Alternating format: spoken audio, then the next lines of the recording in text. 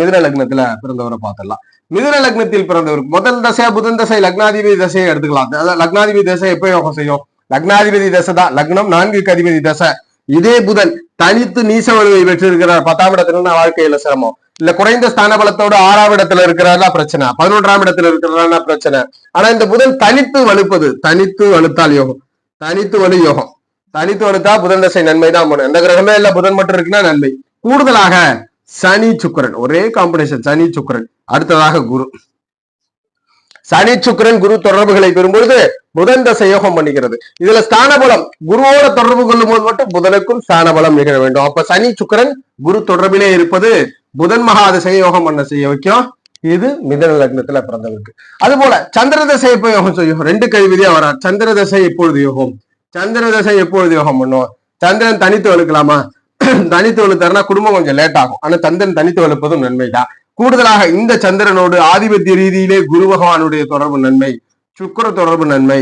சனி தொடர்பு என்ன பண்ணும்? பார்ட்னரை ரொம்ப சிரமப்படுத்தி, குடும்பத்தை கஷ்டப்படுத்தி, குடும்பத்தை ரொம்ப சீர்குலைக்கும். இப்ப யோக தசைன்றதுனால ஜாதகர் மனதுல மகிழ்ச்சியை மட்டும்தான் அனுபவிக்கணும். அப்ப குரு சுக்கிரனுடைய தொடர்பு கூடுதலாக புதன் தொடர்பை எடுத்துக்கொள்ளலாம்.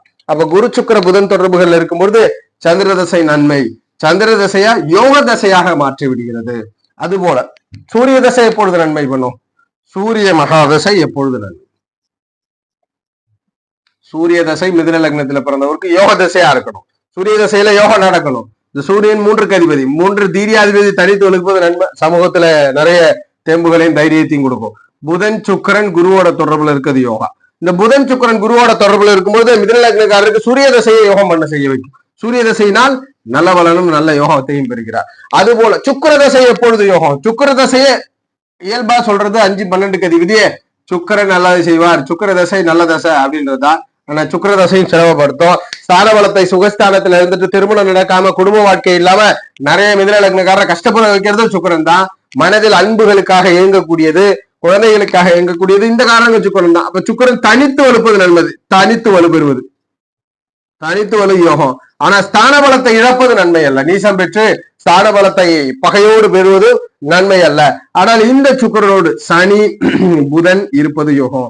சனியும் புதனும் தொடர்பு கொண்டு சனி புதன் ஸ்தான பலத்தை பெற்று சுக்கிரனோட தொடர்புல இருந்தா சுக்கிர தசை யோகம் பண்ணி கொடுக்கும். சுக்கிர தசையில நல்ல பலன் உண்டு. அது போல தனித்து வலுப்பது நல்லது. ஆனா சுக்கிரன் ஸ்தான பலத்தை இழந்தா சுக்கிர தசை மிகவும் மோசமான தசையாக மாறிவிடும் அப்படின்றத உறுதிப்படுத்துறோம். அது போல விருச்சக செவ்வாய் தசை எப்பொழுது யோகம் வரும்? செவ்வாய் அவயோகி, இயற்கையாகவே அவயோக கிரகம். செவ்வாய் தசை என்ன பண்ணும்? செவ்வாய் தசை எப்பொழுது யோகம்?